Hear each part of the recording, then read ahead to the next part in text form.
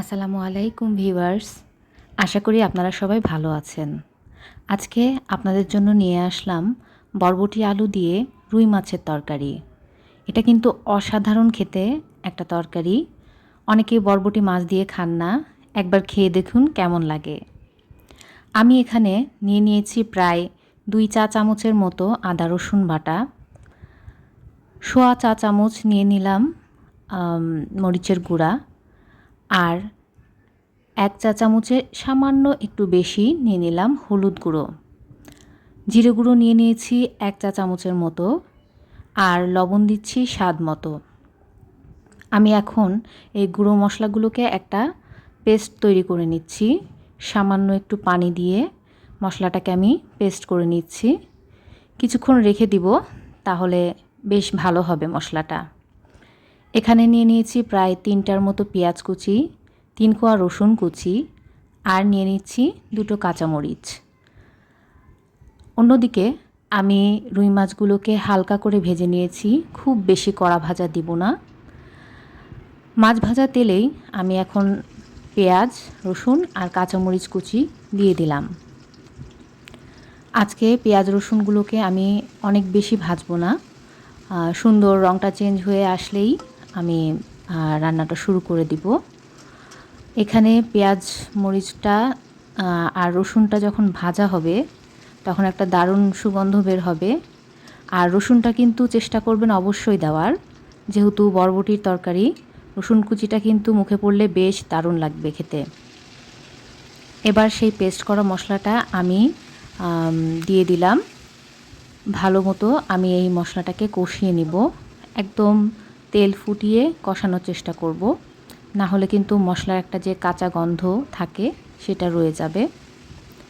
সুন্দর করে মশলাটাকে ভাজা ভাজা করেই আমি এখানে সেই বাটিটা ধুয়ে সামান্য একটু পানি দিয়ে দিব।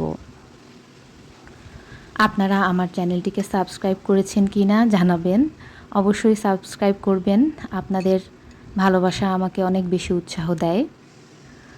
আমি এই পানিটা দেওয়ার পরে ভালো করে পানিটাকে ফুটিয়ে নিব।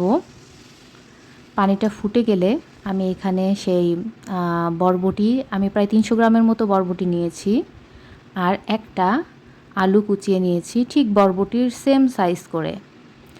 এখন আমি এই বরবটি আর আলুটাকে সুন্দর করে ওই মশলার সাথে কষিয়ে নিব।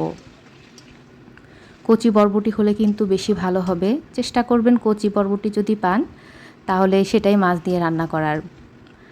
এটা কিন্তু দারুণ খেতে, আর বরবটিগুলো রান্না হওয়ার পরে না একটা মিষ্টি মিষ্টি দারুণ একটা স্বাদ লাগে। এবারে আমি ভালো মতো এই বরবটি আর আলুটাকে কষিয়ে নিচ্ছি। এটা ঝোল শুকিয়ে আসলে সামান্য একটু পানি দিতে হবে, তাহলে আমার পরবর্তী স্টেপটা করতে পারবো। এই দেখুন ঝোলটা প্রায় শুকিয়ে এসেছে। এই পর্যায়ে আমি কিন্তু ভালো মতো কষিয়ে নিচ্ছি, না হলে কিন্তু বরবটির যে একটা কাঁচা গন্ধ সেটা রয়ে যাবে। এই যে আমি গরম পানি দিয়ে দিলাম। এবার আমি পানিটার মধ্যেই মাছগুলোকে দিয়ে দিলাম। মাছগুলোকে সাজিয়ে সুন্দর করে ঢাকনা দিয়ে ঢেকে রান্না করব 12 থেকে 15 মিনিটের মতো, তাহলেই কিন্তু তরকারিটা হয়ে যাবে। এই যে দেখুন তরকারিটা হয়ে গেছে খুব সুন্দর। আমি সামান্য একটু ঝোল রেখেছি, ঝোল না হলে কিন্তু এটা খেতে অতটা ভালো লাগবে না। একদম কষানোর থেকে হালকা একটু ঝোল রাখলেই কিন্তু বেশি ভালো লাগবে। গরম ভাতের সাথে খেয়ে দেখবেন, অসাধারণ লাগবে। আপনারা হয়তো খেয়াল করেছেন আমি বরবটির মধ্যে গরম পানি দিয়েছি, গরম পানি দিলে বরবটিটা সবুজ থাকবে। অসংখ্য ধন্যবাদ আমার ভিডিওটি দেখার জন্য।